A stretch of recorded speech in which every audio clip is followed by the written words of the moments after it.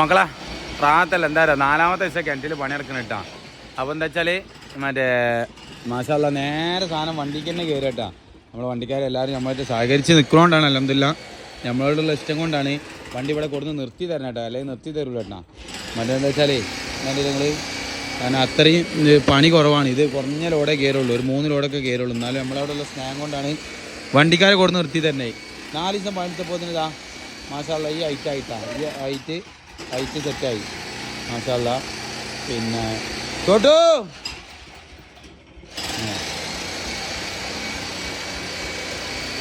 മുനിയ എങ്ങനെ ഉണ്ടോ മുനിയ?